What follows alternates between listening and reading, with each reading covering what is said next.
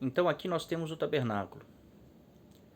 Na época de Moisés era um tabernáculo de tendas. Depois, quando Israel entra, na cidade prometida, então é um templo de pedras. Mas tudo... E hoje é a igreja, é um templo espiritual. Né? Então tudo isso representa onde Deus visita os homens, onde Deus conversa com os homens, onde Deus se manifesta aos homens, o tabernáculo. Mas isso aqui era a sombra do sacerdócio da igreja. E como que ficavam esses objetos no tabernáculo? Nós temos aqui do lado de fora do tabernáculo, no pátio exterior, no pátio interno, aliás, ficava o altar do sacrifício, de bronze, e a bacia para o sacerdote se lavar, com água, de bronze também. E dentro do tabernáculo, tinha o candelabro de ouro puro, tinha a mesa de madeira revestida de ouro, com os pães que representavam o povo. Tinha o altar de incenso, o altar de ouro, madeira revestida de ouro, onde era aceso incensos. E depois do véu, no Santo dos Santos, estava a Arca da Aliança, que representava o trono de Deus. Uma vez por ano o sumo sacerdote podia entrar aqui e Deus falava com ele daqui, O sacerdote entrava com o sangue de um cordeiro para perdão do pecado de todo o povo. Esse cordeiro representa, ele apontava para Cristo. Então, uma vez por ano, a Arca da Aliança era vista, somente pelo sumo sacerdote. Então, qual que é a representação disso aqui para nós hoje, que somos o sacerdócio de Deus? Nesse altar do sacrifício, é onde eram feitos sacrifícios tarde e manhã, eles chamam de tarde e manhã, ou seja, todo dia de manhã era feito sacrifícios e à tarde também eram feitos sacrifícios. Então isso representa o que os sacerdotes hoje da ordem de Melquisedeque, eles têm que fazer, sacrifícios diários, tarde e manhã. Paulo fala de vários textos que nós agora fazemos sacrifícios vivos, agradáveis, de louvores a Deus. Todos os dias nós entregamos, nós nos entregamos a nós mesmos como um sacrifício vivo. Então é isso que representava esse altar. É o sacrifício que hoje o sacerdócio tem que fazer todos os dias. Todos os dias renunciar a si mesmo. Todos os dias morrer para o mundo. E essa bacia com água representa a palavra que nos limpa. A Bíblia diz assim que a palavra, ela é a palavra que nos limpa. E ela tem que nos limpar todos os dias. Todos os dias nós temos que fazer sacrifícios. Todos os dias nós temos que deixar a palavra nos limpar. Bom, irmãos, então só depois podemos entrar no santo lugar. Aí no santo lugar, irmãos, nós temos aqui a mesa dos pães que representa o povo. E temos a menorá com 7 lâmpadas que representa o Espírito de Deus. Então, o sacerdote trazia brasa daquele altar lá de fora e acendia 7 lâmpadas. E com as 7 lâmpadas acesas, elas iluminavam todo esse ambiente de dentro do tabernáculo. Então o sacerdote, com a luz da menorá, ele avaliava os pães. Se eles tivessem algum bolor, estivesse estragando, ele trocava esses pães. Mas sempre mantinha 12 pães ali, que representa o povo de Deus. E depois ele acendia incensos, incenso aromático a Deus. Então o que representa isso hoje?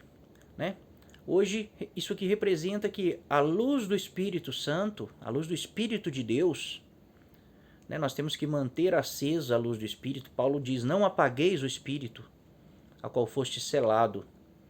Então, na luz do Espírito, é possível avaliar o povo de Deus, é possível ver o povo de Deus, é possível ver se tem algo errado, dentro da igreja,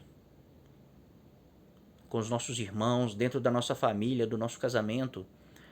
Então isso aqui representa comunhão com o céu, comunhão com a terra, com os irmãos. Só aí então podemos acender incensos a Deus, que são as orações.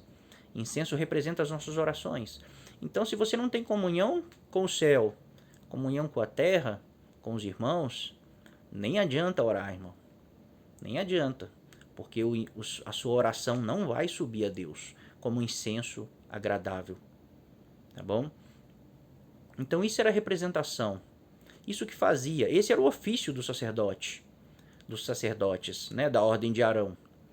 E o ofício nosso hoje da ordem de Melquisedeque, né, é fazer tudo aquilo que aqueles ritos apontavam. Todos aqueles ritos apontavam para o que nós faríamos. Então vamos ler alguns textos aqui que fala sobre isso.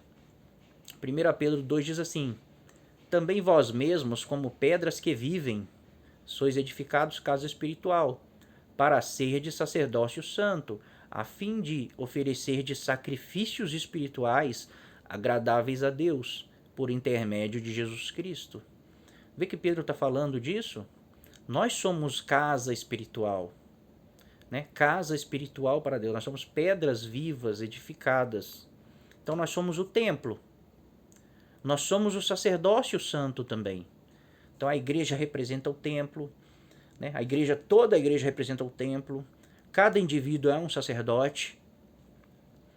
E o fim é oferecermos sacrifícios espirituais agora, não sacrifícios literais.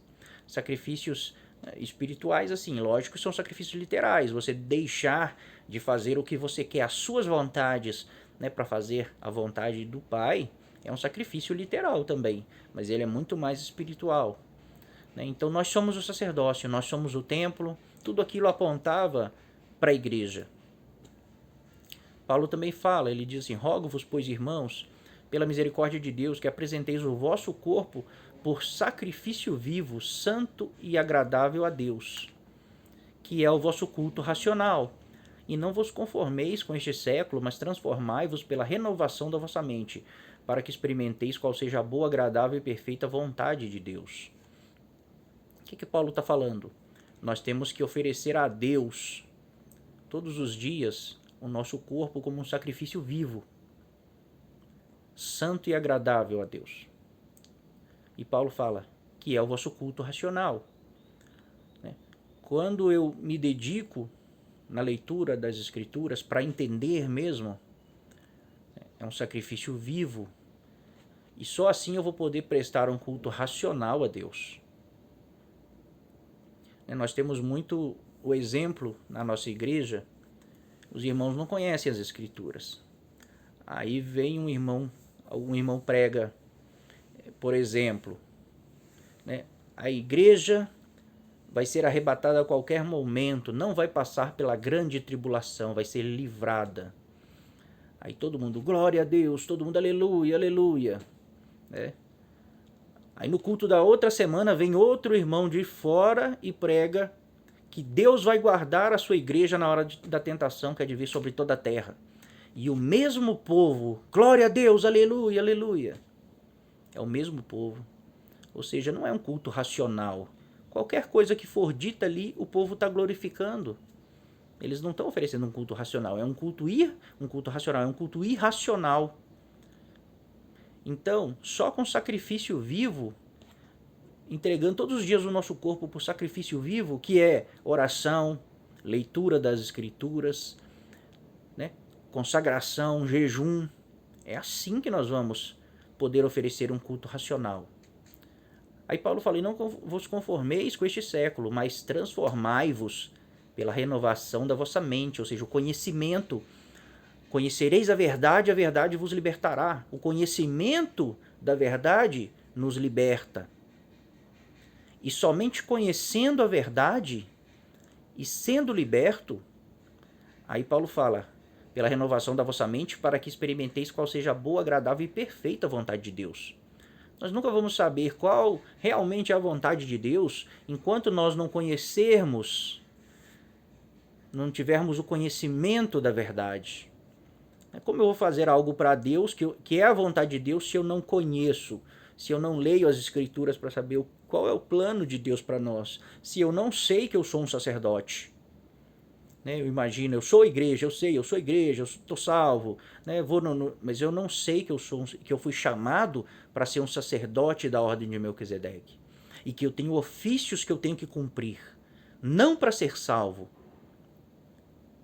É porque fui chamado para ser sacerdote.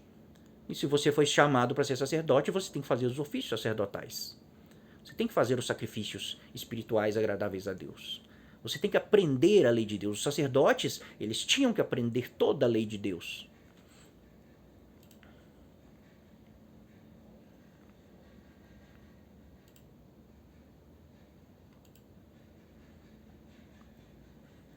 Em Hebreus está escrito assim: por meio de Jesus, pois ofereçamos a Deus sempre sacrifício de louvor, que é o fruto dos lábios que confessam seu nome.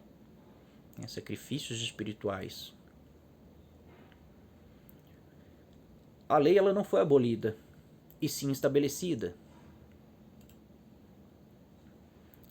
Em Romanos 8, Paulo escreve assim: porquanto que for impossível a lei, no que estava enferma pela carne, isto fez Deus enviando o seu próprio Filho em semelhança de carne pecaminosa, e no tocante ao pecado, e com efeito condenou Deus na carne o pecado, a fim de que o preceito da lei se cumprisse em nós, que não andamos segundo a carne, mas segundo o Espírito. Então Cristo ele vem e traz o Espírito da graça, e ele condena o pecado na carne, ele leva sobre ele os nossos pecados, na carne dele. E para que ele fez isso? A fim de que o preceito da lei se cumprisse em nós, que não andamos segundo a carne, mas segundo o Espírito. O que é preceito da lei? É o que a lei realmente queria ensinar de fato, que aquele povo que andava segundo a carne não conseguia entender. Hoje, porque Cristo derramou sobre nós do seu Espírito, nós podemos entender o que a lei queria ensinar. Então o preceito da lei, ele se cumpre em nós, porque agora nós andamos segundo o Espírito, e a lei de Deus é espiritual. Então os homens carnais, eles não conseguem ver o que a lei quer ensinar para os homens. Apenas quem recebeu o Espírito da graça, a lei foi escrita no nosso coração, esses podem sim agora andar em espírito e cumprir a lei de Deus. Tudo que Deus quis ensinar através da lei, hoje ele pode nos ensinar, ele consegue nos ensinar, porque o Espírito dele está sobre nós. E nós podemos ver essa glória que existe na palavra de Deus, desde Gênesis ao Apocalipse. Aí Paulo fala assim, em Romanos 3, mas agora sem lei se manifestou a justiça de Deus, testemunhada pela lei e pelos profetas. Aí no verso 31 ele diz assim, anulamos então a lei pela fé? De maneira alguma, antes estabelecemos a lei. Então Paulo fala, por que Paulo fala agora sem lei se manifestou a justiça de Deus? Porque para o homem ser justificado, ele tinha que cumprir essa lei cerimonial, que é sacrifício de animais. Mas sem essa lei, Cristo veio e nos justificou através da sua morte. Nós não fizemos nada. Deus nos amou e enviou seu Filho para que nós fôssemos justificados e santificados. Porque só então, só assim, Deus pode derramar sobre nós o seu Espírito, se nós formos santos. Porque o Espírito é santo. Então Cristo nos justifica e nos santifica com seu sangue. Agora nós podemos receber o Espírito Santo. Então a lei ela não foi abolida. Quando veio o Espírito Santo, a lei foi estabelecida. Ele fala, anulamos a lei pela fé? De forma alguma. Antes estabelecemos a lei pela fé. Pela fé, porque nós cremos no Senhor e Salvador, nós recebemos o Espírito, a lei foi escrita no nosso coração e agora nós estabelecemos a lei. Os preceitos da lei, agora se cumprem em nós, que andamos segundo o Espírito, porque a lei é espiritual. Jesus fala em Mateus 5 assim: não penseis que vim revogar a lei e os profetas. Não vim para revogar, vim para cumprir. Aí ele diz: porque em verdade vos digo, até que o céu e a terra passem, nem um ia ou um tio jamais passará da lei, até que tudo se cumpra. Aquele, pois, que violar um destes mandamentos, posto que dos menores, e ensinar aos homens, será considerado o mínimo no reino dos céus. Aquele, porém, que observar e ensinar, esse será considerado grande no reino dos céus. Então Jesus falou: eu não vim revogar a lei, eu vim cumprir. E ele está falando da lei, ele fala assim: qualquer um que ensinar um desses mandamentos, né? Qualquer um que violar um desses mandamentos, posto que dos menores, e ensinar aos homens, ou seja, eu quebro um mandamento do Senhor e ensino o que não precisa. Você não precisa fazer isso, você está na graça. Né? A lei foi abolida, você não precisa fazer, você está na graça. Então Jesus está falando: qualquer um que violar um desses mandamentos, posto que os menores, e ensinar aos homens, será considerado o mínimo no reino dos céus. E qualquer um que ensinar certo, né, será grande no reino dos céus. O que é ensinar certo os mandamentos? Por exemplo, o sábado. Tinha um mandamento do sábado, guardar o sábado. Lembra do 7º dia para o santificar. Mas o sábado, ele era sombra. Lembra que sábado era uma lei cerimonial? Ele era sombra e apontava para algo muito mais sublime, que é o milênio, que é quando Deus vai descansar, porque Satanás vai estar preso e o reino de Deus vai estar estabelecido na terra. Então é o descanso. Lá em Hebreus 4 fala disso, no tocante ao 7º dia. Né? O sábado é o milênio. Então quando Deus disse assim: lembra-te do sábado para o santificar, é para lembrar do milênio. Agora, com o Espírito de Deus, o Espírito da graça, nós conseguimos entender que existia sim o sábado literal para aquela nação, para Israel. Eles não entendiam o que era o sábado, para onde apontava o sábado, que era uma sombra. Mas em Cristo nos é revelado, né, que o sábado é o reino do Messias, é o milênio, é o 7º dia. Então por que nós temos que nos lembrar do sábado para o santificar? No sábado, no milênio, o nome de Deus vai ser santificado na terra, porque o reino de Deus vai estar sobre a terra. E hoje nós temos que nos lembrar para o santificar, porque somente quem guardar a palavra de Deus, guardar a sua lei, os seus mandamentos, vai ressuscitar na primeira ressurreição com Cristo para reinar. Então, lembra-te do sábado para o santificar. Então, eu tenho que todos os dias me lembrar do sábado. Se eu esquecer do sábado, né, se eu esquecer de guardar tudo que o Senhor me ensinou, eu não vou entrar no sábado. Eu não vou santificar o nome de Deus no sábado, que é o milênio. Então, você dizer: você não precisa guardar o sábado porque Cristo aboliu o sábado, é mentira. Cristo ele não aboliu o sábado. Cristo ele revelou o sábado. Ele revelou que aquele ensinamento era sombra de algo muito mais sublime. E hoje, todos os dias, nós guardamos o sábado. Porque todos os dias eu tenho que me consagrar, eu tenho que me dedicar, fazer sacrifícios espirituais, para que um dia eu possa entrar no sábado e santificar o nome de Deus. Então é disso que Cristo está falando. Né? Que ele está falando dos mandamentos, ele está falando da lei, os mandamentos da lei.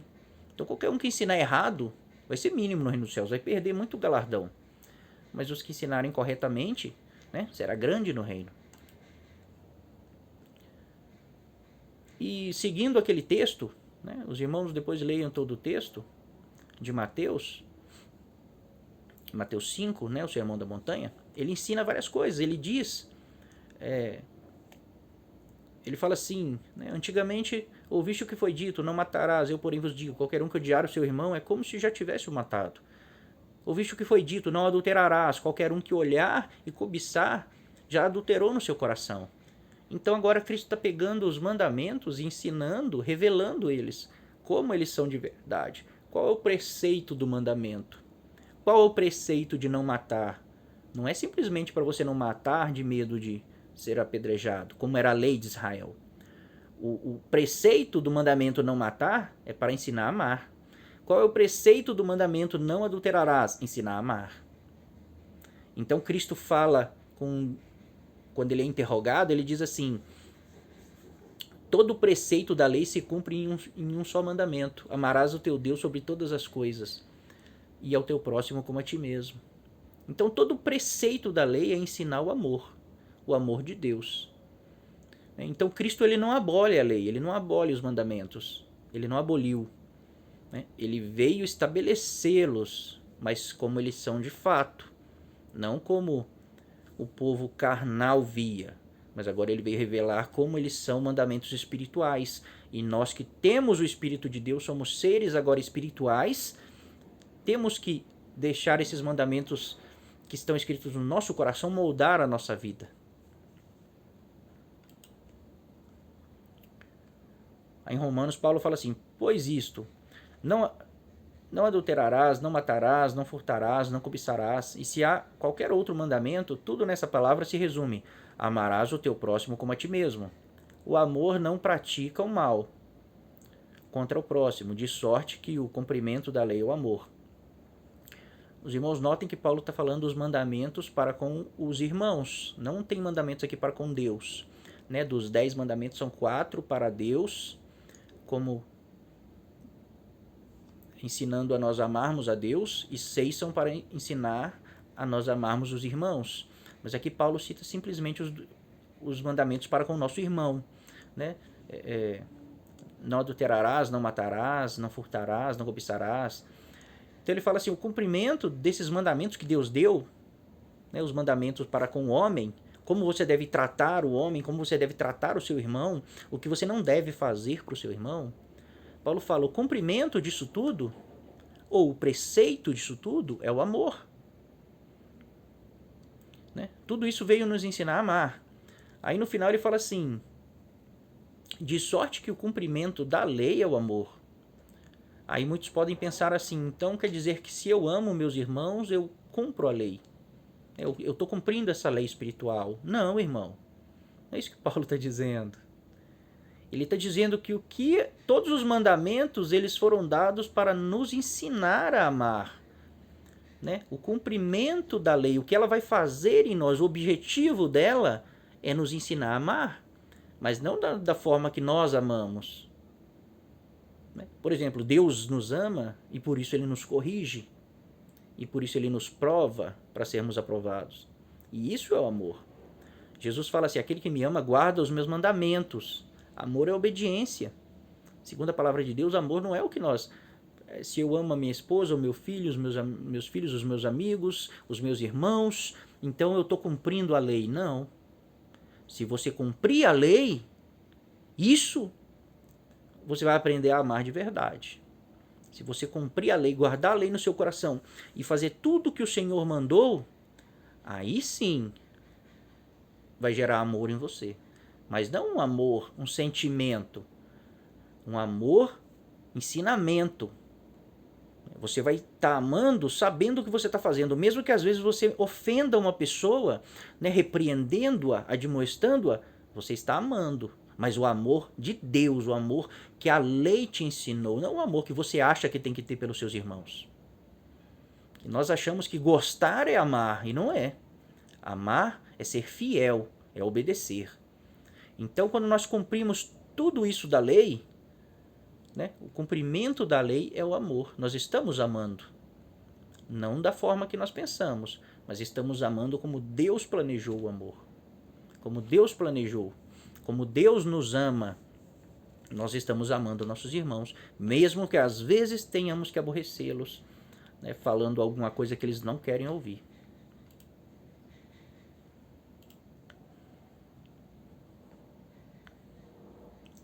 Então, a graça de Deus, ela não veio abolir a lei. Tem um texto que fala assim que Cristo, na sua carne, aboliu a lei dos mandamentos na forma de ordenanças, para que dos dois povos, judeus e gentios, fizesse um só, reconciliando eles na cruz. Então, Cristo na sua carne, ele aboliu a lei dos mandamentos na forma de ordenanças. Essas leis que eram em forma de ordenanças são esses ritos cerimoniais, é a lei cerimonial. É tudo que estava relacionado ao templo, ao sacerdócio e à justificação dos homens. Isso na carne dele, ele aboliu e estabeleceu um novo sacerdócio. E mudando o sacerdócio, há também mudança de lei. E agora ele estabelece uma lei muito mais superior, uma lei espiritual. Porque a lei sempre foi espiritual, mas o homem era carnal. Mas agora o homem também é espiritual e pode sim seguir essa lei espiritual que Cristo estabeleceu. Então, a graça é o Espírito de Deus derramado em nós para poder escrever dentro do nosso coração e da nossa mente as leis de Deus e nos fazer andar na lei de Deus. Então, a graça, ela não aboliu a lei. Cristo, ele não aboliu a lei. Na verdade, ele estabeleceu a verdadeira lei de Deus. Deus abençoe os irmãos. Até o próximo.